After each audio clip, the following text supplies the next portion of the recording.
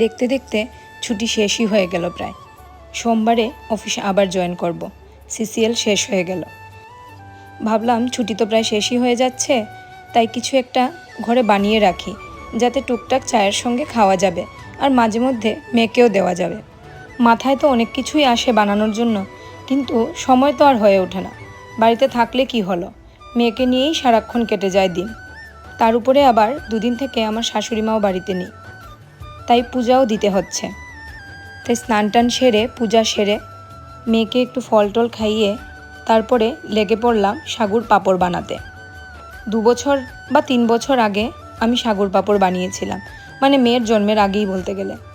তখন যখন বানিয়েছিলাম, তখন যেহেতু সাথে ছোট বাচ্চা ছিল না আর চাকরিও ছিল না, তাই হাতে অনেকটা সময়ই পাওয়া যেত, ঘরের কাজ সামলেও টুকটাক কাজ করা যেত। সেই তখন বানানোর পরে মনে মনে অনেক দিন ইচ্ছা হয়েছিল বানাবো, কিন্তু ছোট বাচ্চা নিয়ে আর কোনোভাবেই সম্ভব হয়নি। এইবার মনে হলো না, বানিয়েই ফেলি।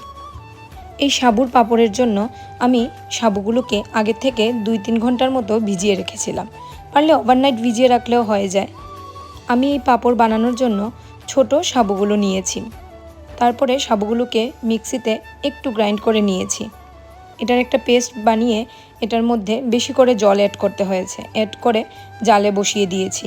তারপরে বেশ কিছুক্ষণ জাল হয়ে গেলে, তারপরে কনসিস্টেন্সি দেখতেই পাচ্ছেন, এইরকম হয়ে গেলে এটাকে একটা পলিথিনের মধ্যে বিছিয়ে দিতে হবে পাঁপড়ের শেপে।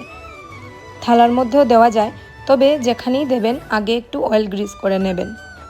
আমার বানানো পাঁপড়গুলোর শেপগুলো খুব একটা ভালো হয়নি। আসলে শেপগুলো ভালো করতে গেলে কোনো ছোট প্লেট বা বাটির মধ্যে নিয়ে দিলে শেপগুলো বেশ গোল গোল আকারের হয়। আমার কাছে প্লেট বেশি না থাকায় আমি এগুলো পলিথিনের মধ্যেই দিয়ে দিয়েছি।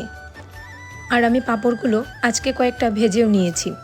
গতকাল রোদে দেওয়ার পর রাতের বেলাও এগুলোকে সারা রাত ফ্যানের নিচে রেখেছি, তারপরে দেখলাম আজকে বেশ ভালোই ভাজা হয়ে গেছে। আর খেতেও কিন্তু খুব টেস্টি হয়েছে। আর বাজার থেকে যতই কিনি না কেন, বাড়িতে বানানোর মজাই কিন্তু আলাদা। আজকের ভিডিও এখানেই শেষ করছি। সবাই ভালো থাকবেন, সুস্থ থাকবেন।